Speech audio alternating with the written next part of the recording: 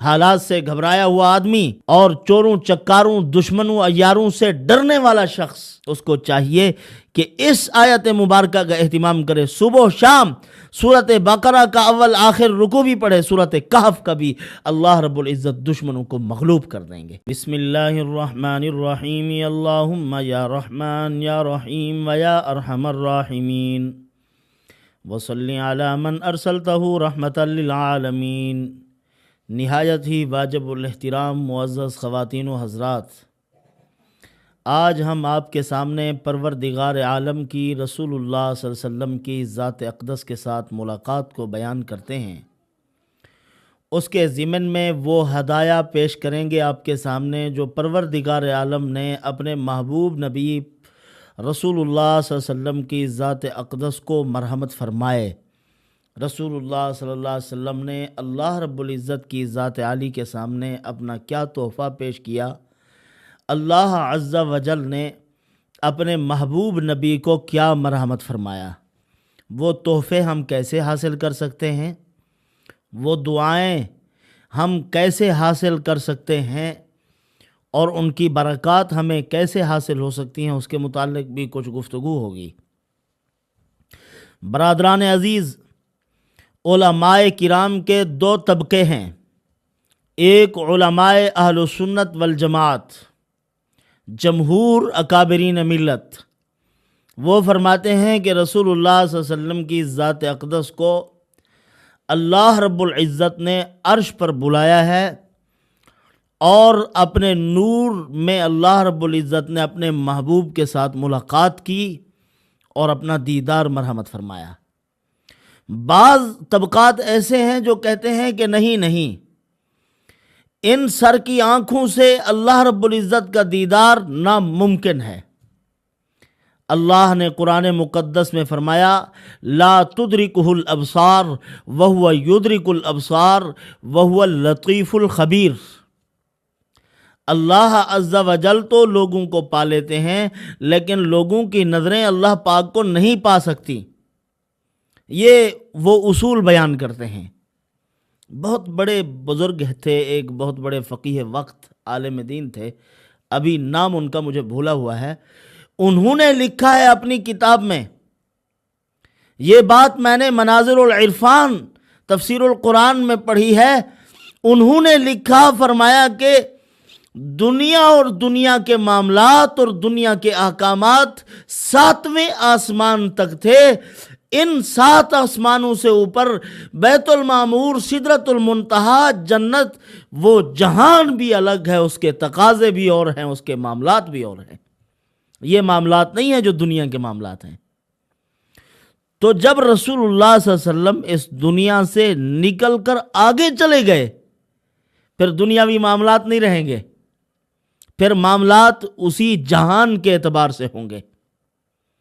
رسول اللہ صلی اللہ علیہ وسلم کے خمیر کو جنت کی مٹی سے اٹھایا گیا تھا اور پھر آپ صلی اللہ علیہ وسلم کے قلب اطہر میں جو انوارات سے لبریز، دل معطر، معمبر، منور اللہ نے مرحمت فرمایا، پوری کائنات کی دیا کو روشن کیا رسول اللہ صلی اللہ علیہ وسلم نے اپنے نور سے، اسی دل مبارک کے اندر اللہ عز و جل نے جنت کے پیالے میں بھرا علم و حکمت سے لبریز وہ پیالہ، اسی کو رسول اللہ صلی اللہ علیہ وسلم کے قلب اطہر میں اونڈھیلا گیا، اسی سے صلاحیت پیدا کی گئی، عالم بالا کے معاملات کو برداشت کرنے کی طاقت اور قوت رسول اللہ صلی اللہ علیہ وسلم میں رکھ دی گئی۔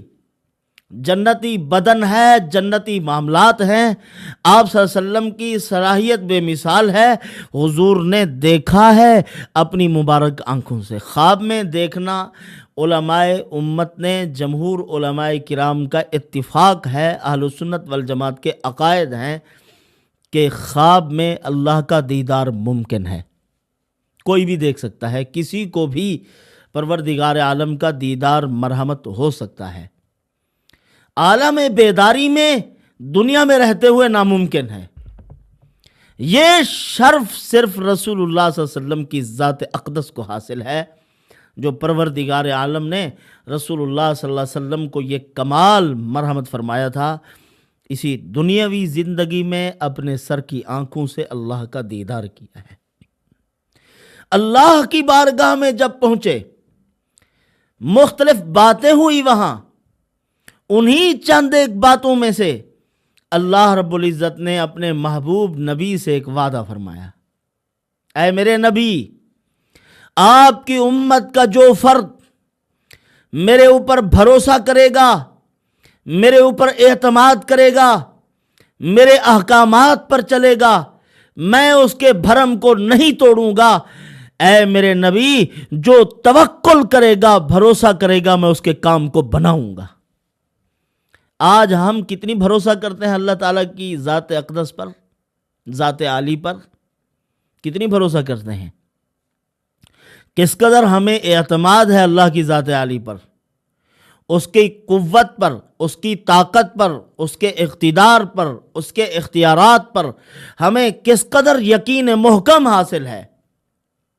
جب یقین پھسا ہے، یقین میں طاقت اور قوت نہیں ہے، تو معاملات بھی الٹے سیدھے ہیں سارے۔ آج کہتے ہیں دعائیں نہیں سنی جا رہی، وظائف قبول نہیں ہو رہے، آپ کی دعاؤں میں اثر نہیں ہے، یہ ہے فلاں ہے، یہ ساری ہماری من گھڑت باتیں ہیں۔ اللہ رب العزت کی ذات عالی پر جو بھروسہ کرتا ہے، اللہ اس کا بھرم رکھتے ہیں، اس کی دعاؤں کو قبول کیا جاتا ہے۔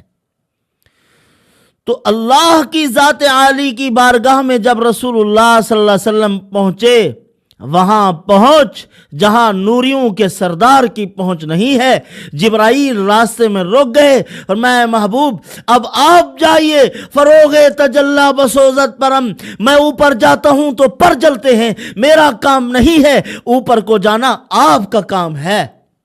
آپ صلی اللہ علیہ وسلم اسی جسم اطہر کے ساتھ گئے۔ فلسفیوں، تمہارے سارے فلسفے جائیں بھاڑ میں، ہمارے نبی اقدس، نبی محترم، نبی محتشم، نبی معطر، نبی معبر کی شان ہی کچھ اور ہے۔ جہاں نوری نہیں جا سکتا وہاں حضور جا رہے ہیں۔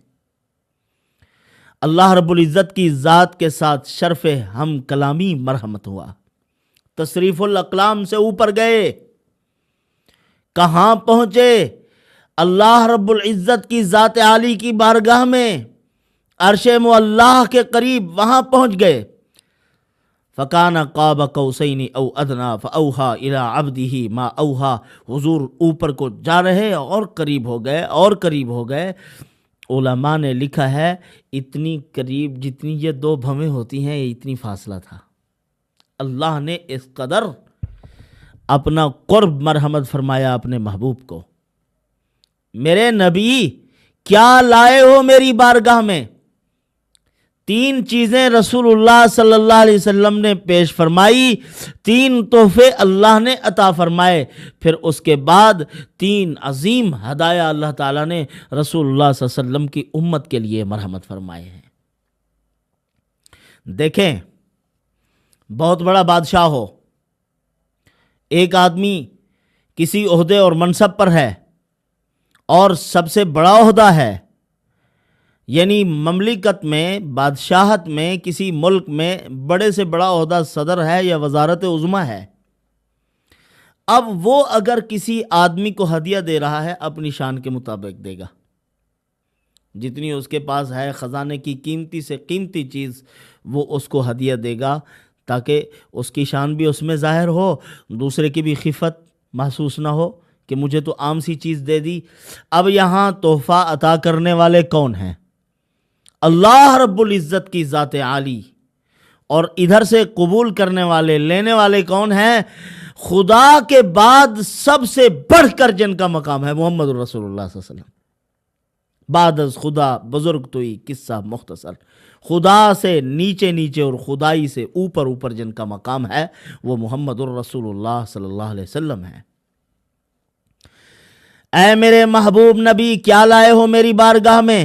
رسول اللہ صلی اللہ علیہ وسلم نے فرمایا، اے پروردگار، میں آپ کے لیے وہ عظیم تحفہ لایا ہوں، التحیات للہ والصلوات والطیبات۔ التحیات زبانی قولی عبادات جو تلفظاً ادا کی جاتی ہیں، تسبیح، تحمید، تحلیل، تکبیر، یہ ساری زبان سے ادا کی جاتی ہیں۔ اے پروردگار، زبان کے مقدس جملے جس قدر ہیں وہ آپ کے لیے۔ والصلوات، ہم اپنی جسم کے ساتھ جو آپ کی عبادت کرتے ہیں، جسمانی اور بدنی عبادات بھی آپ کے لیے۔ والطیبات، مالی عبادات، عشر ہے، زکوٰۃ ہے، صدقات اور خیرات ہیں، اے اللہ یہ سب کے سب آپ کی رضا کے لیے، یہ بھی آپ کے لیے۔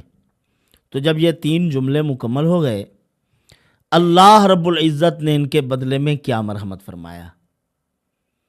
زبانی کلامی گفتگو کے بدلے میں بارگاہ خداوندی سے کیا ملا، اور اسی طرح جسمانی اور بدنی عبادات پر کیا انعام ملا، اور مالی صدقات پر کیا انعام مرحمت ہوا، اور پھر اللہ رب العزت نے اور 3 تحفے کیا عظیم مرحمت فرمائے، اتنی عظیم کہ ان کی عظمت پہ انتہا ہے۔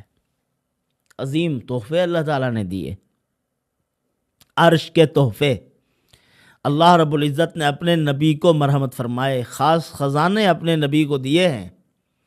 تو اللہ رب العزت نے فرمایا میرے محبوب نبی، التحیات، آپ کی قولی عبادات، زبانی عبادات اگر میرے لیے ہیں تو اے نبی السلام علیکہ، سلامتی آپ کے لیے ہے۔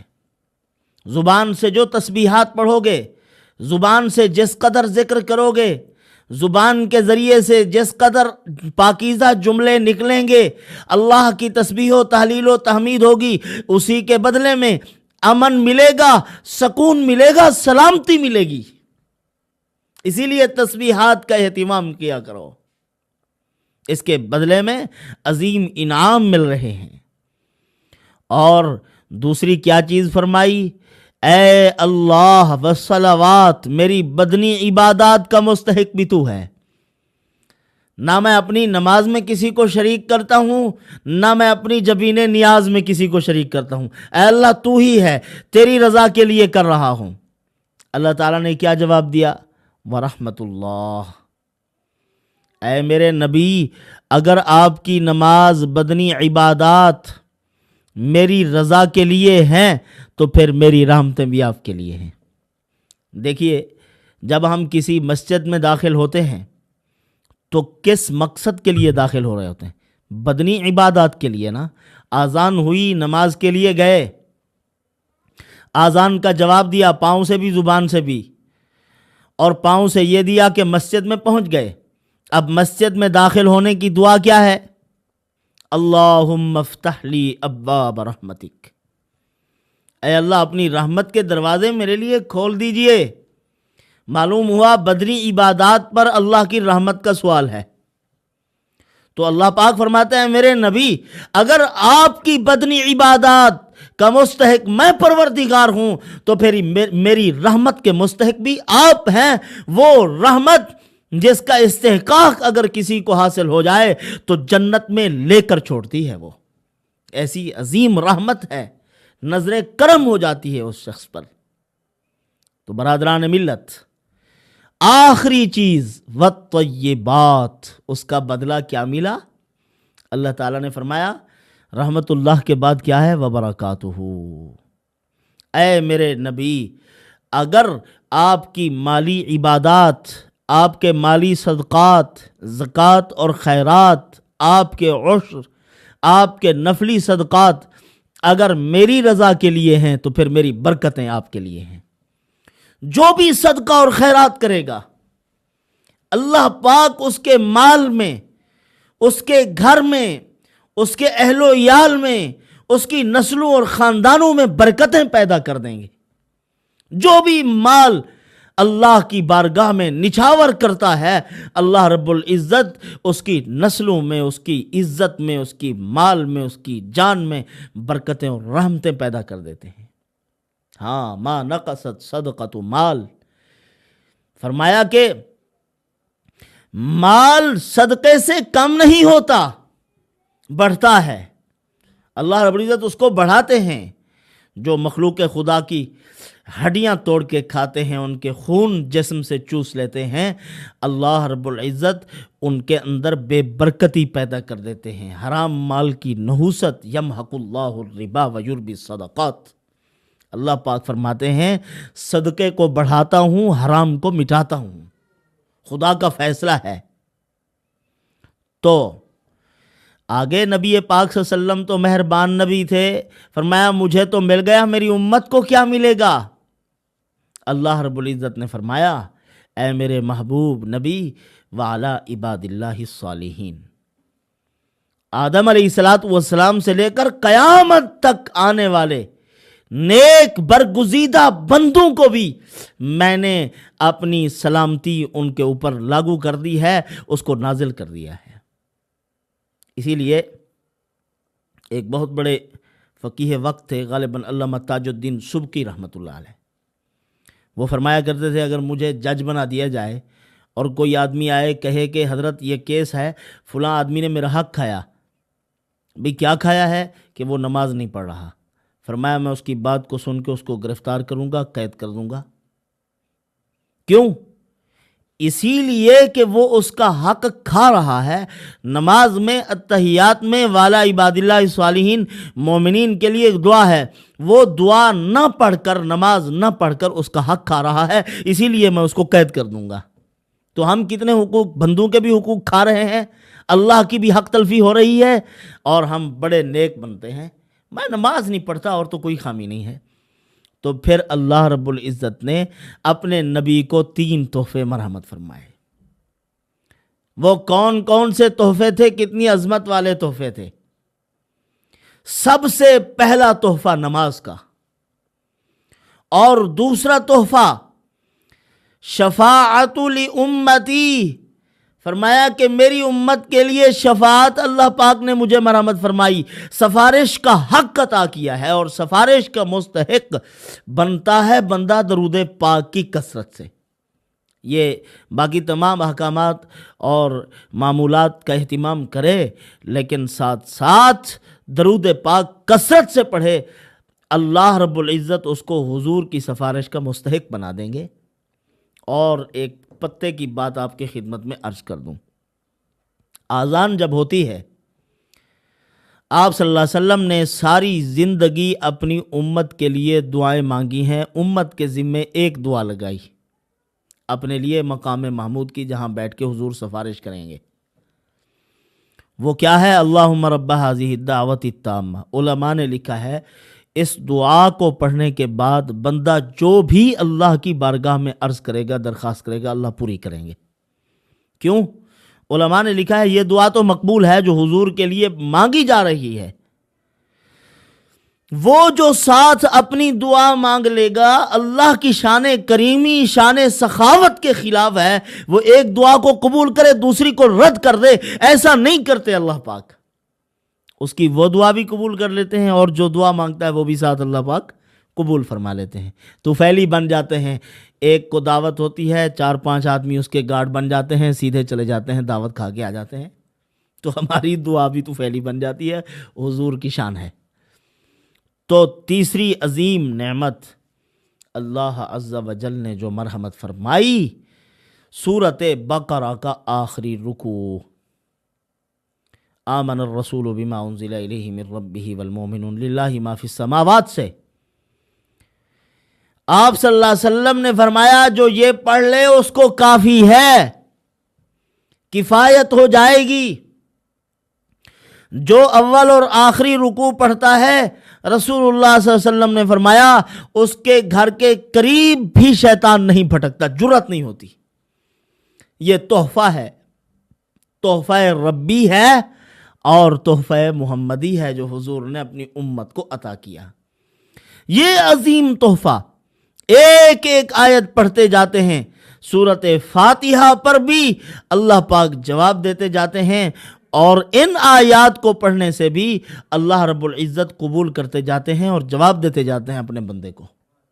اسی لیے دعا کو خاص اہتمام سے پڑھنا چاہیے۔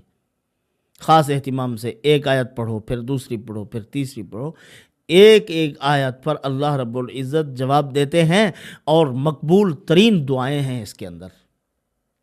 حالات سے گھبرایا ہوا آدمی اور چوروں چکاروں دشمنوں عیاروں سے ڈرنے والا شخص، اس کو چاہیے کہ اس آیت مبارکہ کا اہتمام کرے، صبح و شام سورۃ بقرہ کا اول آخر رکوع بھی پڑھے، سورۃ کہف کا بھی، اللہ رب العزت دشمنوں کو مغلوب کر دیں گے۔